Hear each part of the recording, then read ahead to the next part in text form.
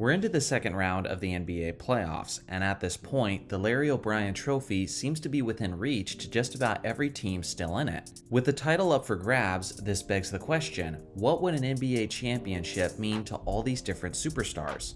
First off, Jimmy Butler. Butler is already seen as one of the most clutch players in the league, but let me be clear, a championship would elevate him to a legendary status, similar to how Dirk Nowitzki was elevated after his lone championship run in 2011. Just like Dirk, Butler is one of the most likable players in the game, and what helps our view of him is how the guy is basically always seen as the underdog. He wouldn't only be seen as simply a championship-winning underdog, but Butler would be seen as the championship leader of the greatest underdog in NBA history, as no 8 seed has ever won a championship before. On top of that, you throw in the fact that his squad is short-handed, as key pieces like Tyler Herro and Victor Oladipo are out with injuries. When it comes to legacy, that would be a championship ring that would carry the weight of 2 or 3 rings. Obviously, some people would try to diminish the accomplishment, inevitably calling an 8-seeded champion a fluke.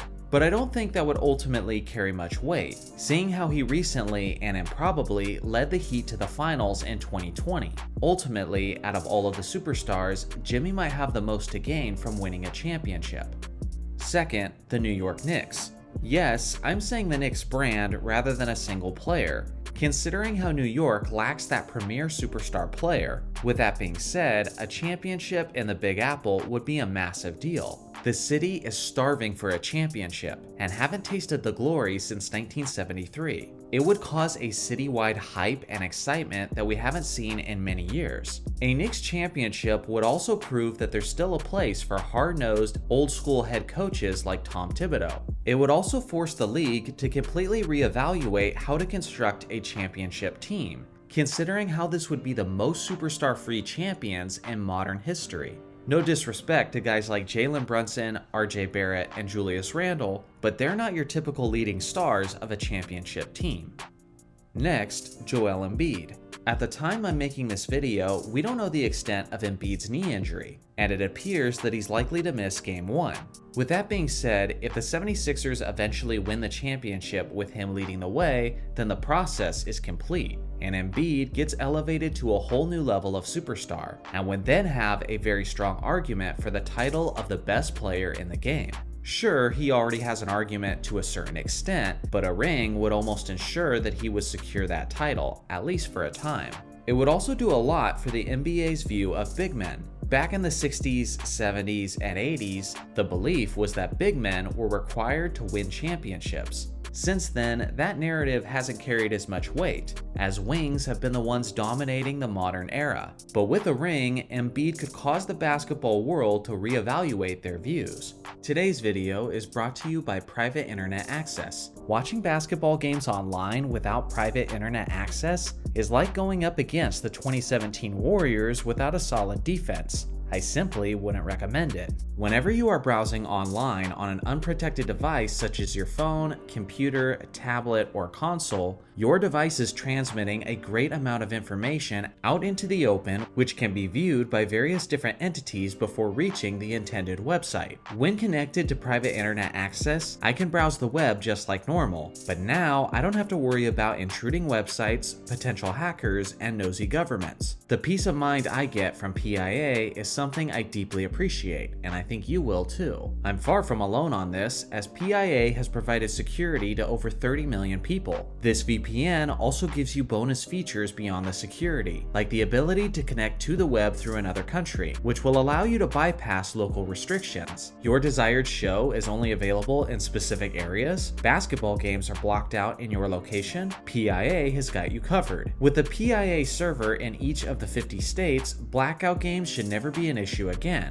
Obviously, as a diehard basketball fan, this is a must-have for me. What's amazing is how you can use one private internet access subscription to protect an unlimited amount of devices at the same time. If you use my link in the pinned comment, you'll get an 83% discount off of private internet access and a whopping 4 months free. Again, that's a remarkable 83% off and 4 months free just by clicking the link below.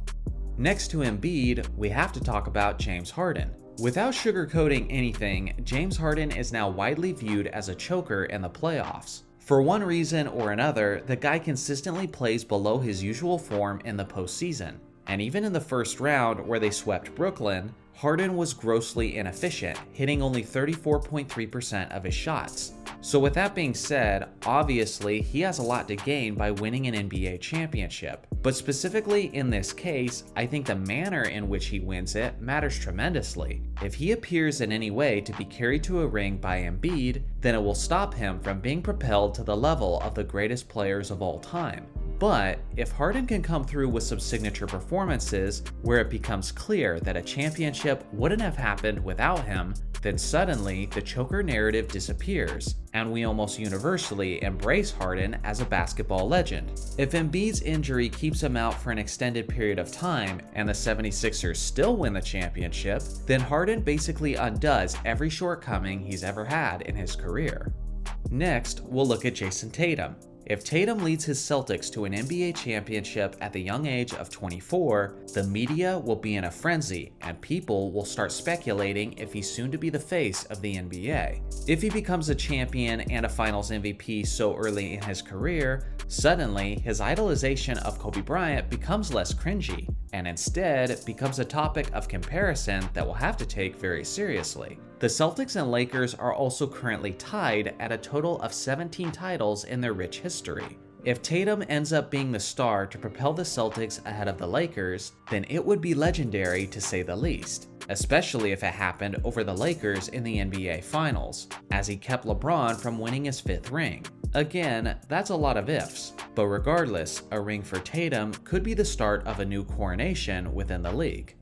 We gotta look at Nikola Jokic. His legacy is at a point where it's begging for a championship ring. The man is likely the greatest passing big in the history of the game. He's got multiple MVPs, and he's already broken numerous records. The only missing piece is that elusive championship ring. But if he gets it, we start having a really interesting conversation about where Jokic ranks among the greatest centers and the greatest players in NBA history. His defensive capabilities are certainly a topic of heated discussion lately, but that becomes an afterthought if he wins a chip regardless. It's also worth noting that as long as the Nuggets have been a franchise, they've never won a championship, despite being title contenders in several different eras. If Jokic is able to achieve what Alex English and Carmelo Anthony never could, he'll be elevated to an icon in Denver, and the countdown will begin until he gets his statue outside of Ball Arena. Jokic is definitely one of the players who has the most to gain from winning a championship.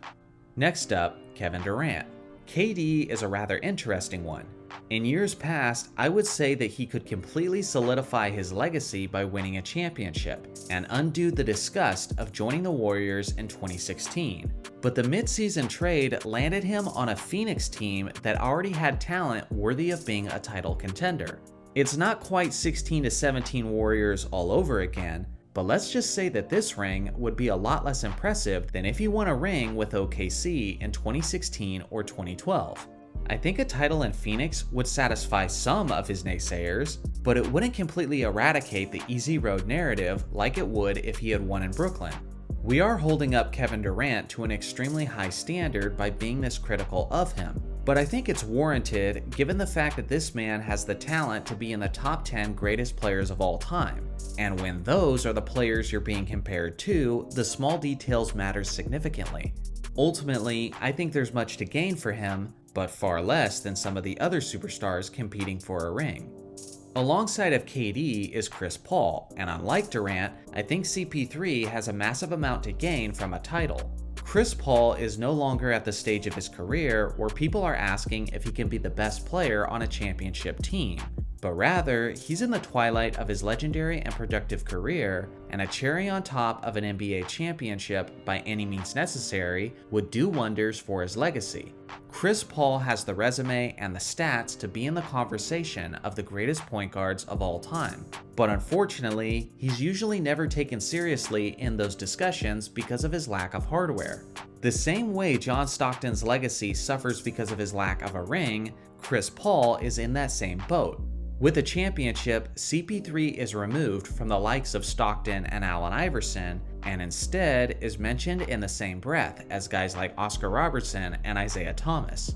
No one could argue the weight of his ring either, as it wouldn't be like Jason Kidd's ring in Dallas or Gary Payton's ring in Miami, because even at this point in his career, Chris Paul isn't just a role player on a solid team, but he's one of the best 3 players on his squad, and Phoenix is gonna need his best if they're gonna win the title.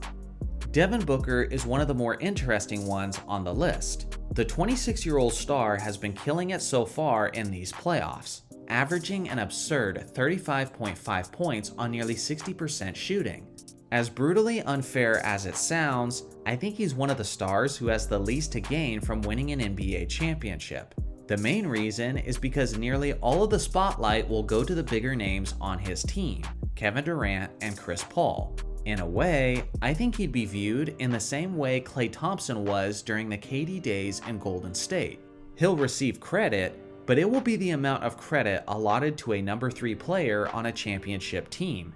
He'll be the Robert Parrish of the '80s Celtics, or the James Worthy of the Showtime Lakers. You could even see him as the Chris Bosh of the Big Three's Heat. Again, that's such an unfair way to view him because he's playing at a level right now that's far beyond that of a third option.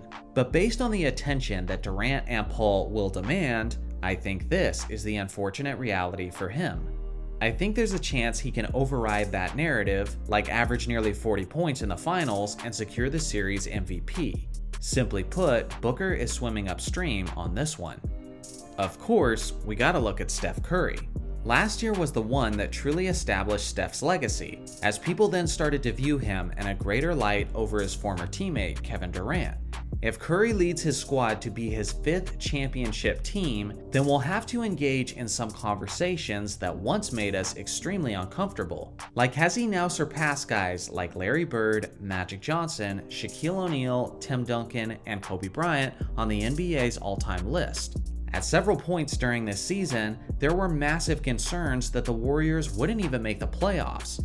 Now coming off of their recent victory over Sacramento, Golden State seems to have just as solid of a chance as anyone.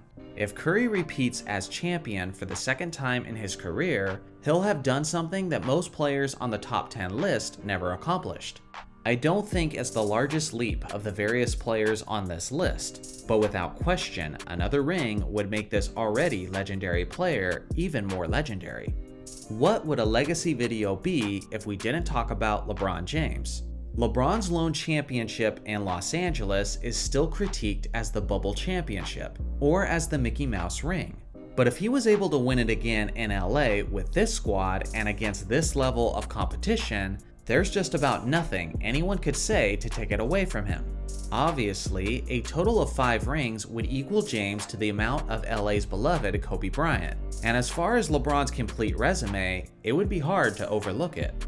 Leading a team to an NBA championship in year 20 at age 38 is something that we've never seen before.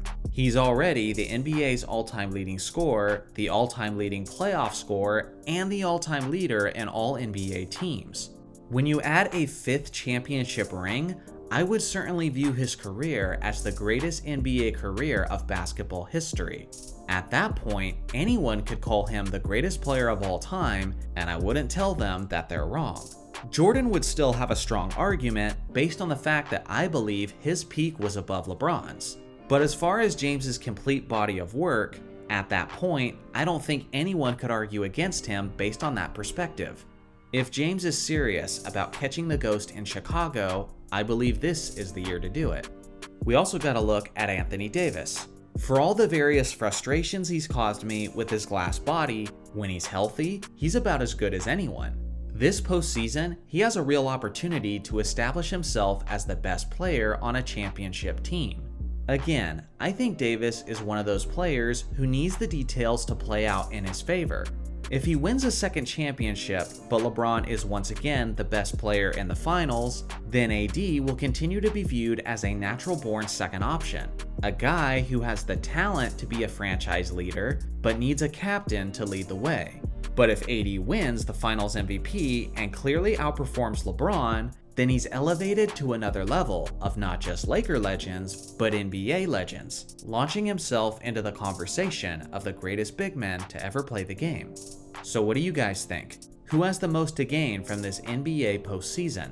Let me know in the comment section below. Thanks for watching as always. Make sure to like and subscribe for more basketball content, and I'll see you guys in the next video.